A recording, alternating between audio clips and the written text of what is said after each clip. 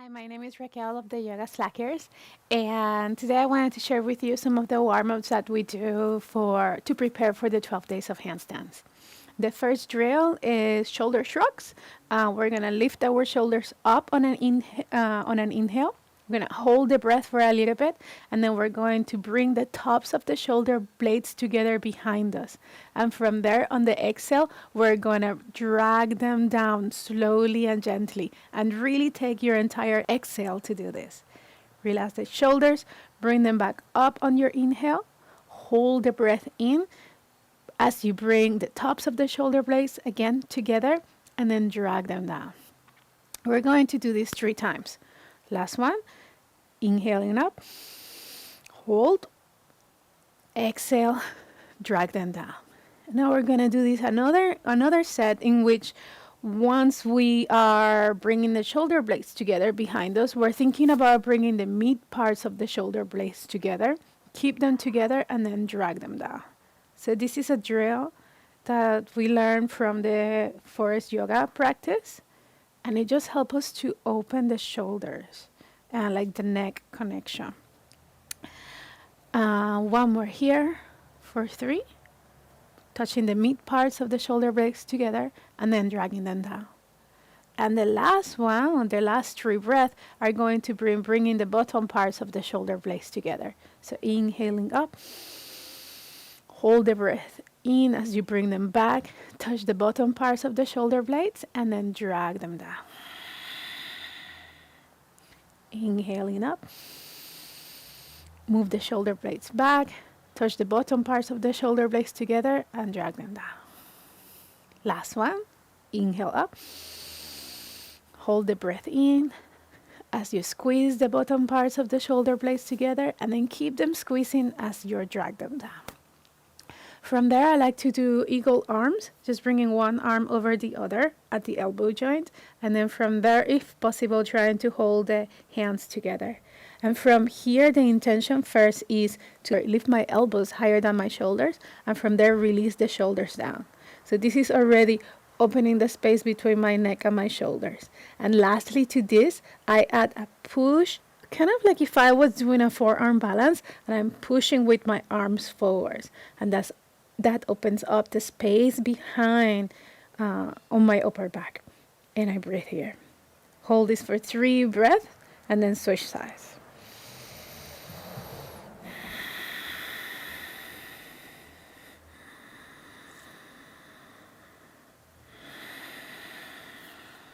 Other side. Make sure that the elbows are centered with your chest. Relax the shoulders down and then push the forearms away.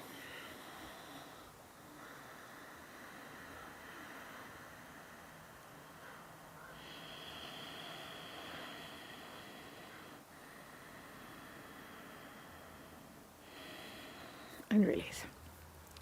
The last of what I call the prep work is just like checking in how my shoulders are, how my neck is feeling today, is engaging and learning how to use our Uddiyana Bandha. And this is something that you might learn better directly or in person with a teacher.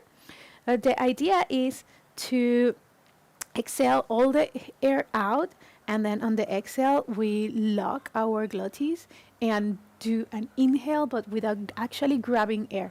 And that creates a vacuum sensation on your body and creates a lift.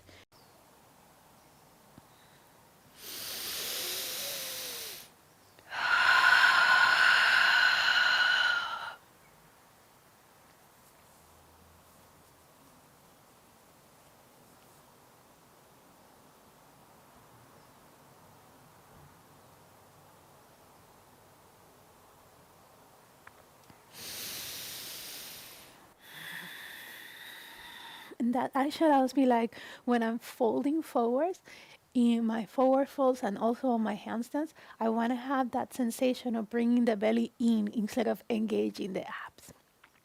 What I'm going to do before I include the blocks is do circles, or actually I think about them more as spirals. So I start making tiny circles, and then slowly and gentle I start making those circles a little bigger. And in the process, I am feeling where the weight is going in my hand, spreading my fingertips wide, making sure that my elbows are straight, and observing how my wrists feel today. And after I go 5 spirals in one direction, I stop, I go back to center, and I start the tiny spirals in the other direction. Because there might be something on my body today that may require me to go slower. And I want to notice it ahead of time.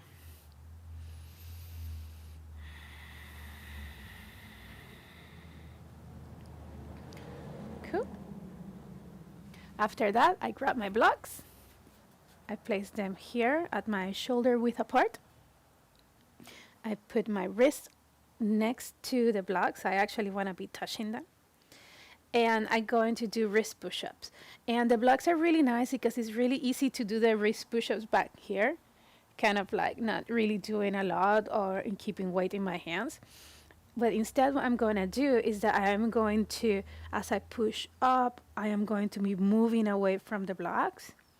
And I'm going to be moving really slowly. And I'm attempting to maintain the same amount of weight on my hands throughout the entire movement.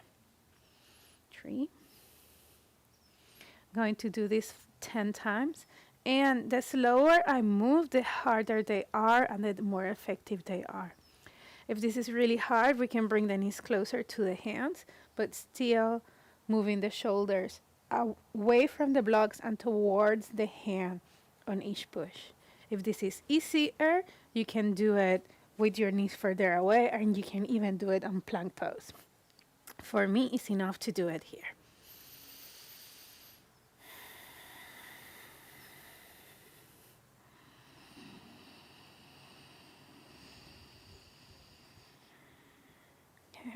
After that, I keep the hands on the ground. I do move to the top of the push-up with my heels together. So thinking about this more as my handstand line. And from there, I press with the arms, and I'm going to squeeze my shoulder blades behind me. And then I'm going to extend them or make them further apart. So these are our shoulder shrugs in plank position. I am trying to not change the rest of my body. The only thing that is changing, or that I am attempting to change, is the compression between my shoulders, shoulder blades. So I'm bringing them together, I'm bringing them apart, bringing them together, bringing them apart. So if we were to see it in this direction, hopefully you see, and hopefully I can do it, too, that my elbows are not bending.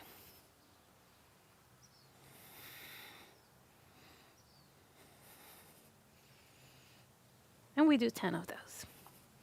Good. From there, after those, I usually need to release my hands. I still use my blocks. I bring my knuckles together, and I make a fist, bring the knuckles together, place them against the ground. And using the blocks, I want to make sure that my shoulders and my hands are in the same line. And from there, I extend up. And this is as far as I can make it. Some of you might be more flexible or more mobile on your wrist. I might be able to go higher. Some of you might still be with me or even less. And that is okay. All we're trying to do is release the wrist. And that is going to be looking differently for all of us. I'll show this from the side. Again, the blocks help us to stay honest, to make sure that we are keeping the elbows and the wrist in one line. This makes the drill a little bit more effective. If I go back here, it just, it can make me feel that I'm going higher, but it's not being as effective. Yeah. In the core drills, I'm in plank position. I'm going to attempt to have a straight line from my ankles through my hips, through my shoulders. And what I'm going to do is keep that line, but kind of like release my belly and my ribs down to the ground, my tailbone up towards the sky, and then bring the ribs in, bring the tailbone down, squeezing. Hold this for 3 seconds, and then release, and we do this again. 2, tree. I'm trying not to change the protraction or retraction of my shoulders. I'm staying protracted. The only thing that I am moving is the ribs, or that I'm trying to move, is the ribs and the tailbone down. Ribs in, tailbone down, the butt squeezes. 4, 5.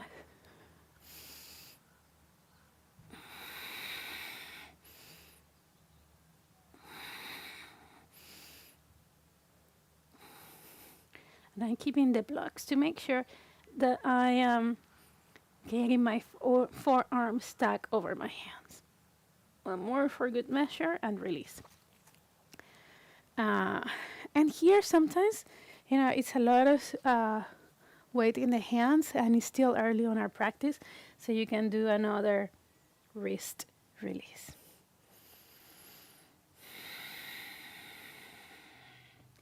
We're going to do the core drill now with the in bridge pose. So we're going to lay down, measure the distance between your feet and your body, so arm length away from you, and then from there take something squishy. This is just a pillow, and put it between your legs. And the reason to do this is to help us keep engagement between our legs, and keep them engaged. Open up the back. Now I can leave the arms here on the side, or we can bring the arms above. The advantage of bringing the arms above is that the arms tend to bring the ribs in, and we're actually going to be working with keeping this angle close. So what I'm going to do now is that I'm going to press down through my feet, and I'm going to lift the hips, find connection or engagement on my belly, and then from there continue lifting. And I want to create a straight line on my hips, opening the hip joint, while at the same time I keep the ribs down. And then I release. And I want me to take me a count of 3. 1, 2, 3 to go up. I want to hold here for 3, lifting, bringing the ribs down, lifting the hips high, and then from there releasing again. So this is not your traditional bridge in which you are working on a back bend. We're actually working on a straight body position. Continue squeezing. And you'll notice that on the way up articulately, you can really engage the butt as you open the hips up and bring the ribs down. So this is going to help us to do that same action when we are on our handstands. Bring the ribs down, lift the hips. Once they find a similar line, we lift everything and release.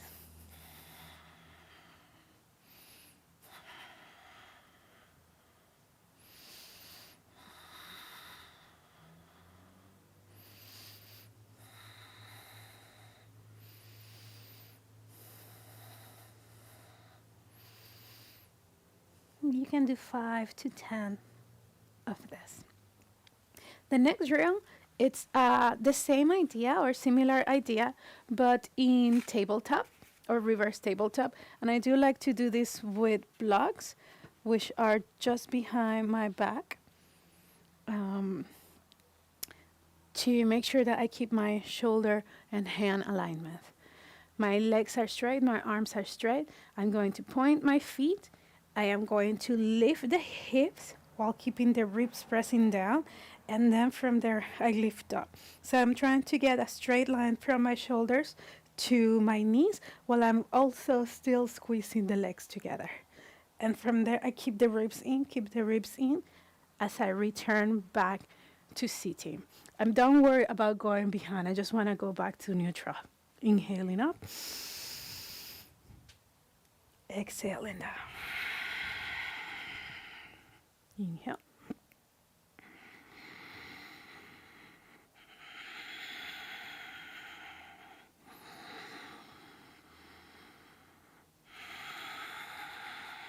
And here we want to make sure that the knees are still tracking over our feet, and we're not allowing the knees to open. And that's part of the reason we have the block or the pillow between our legs. The arms are very active, the fingers are active, and I want to make sure I make it all the way to the top where I can feel the butt squeezing, while at the same time I'm pulling the ribs down.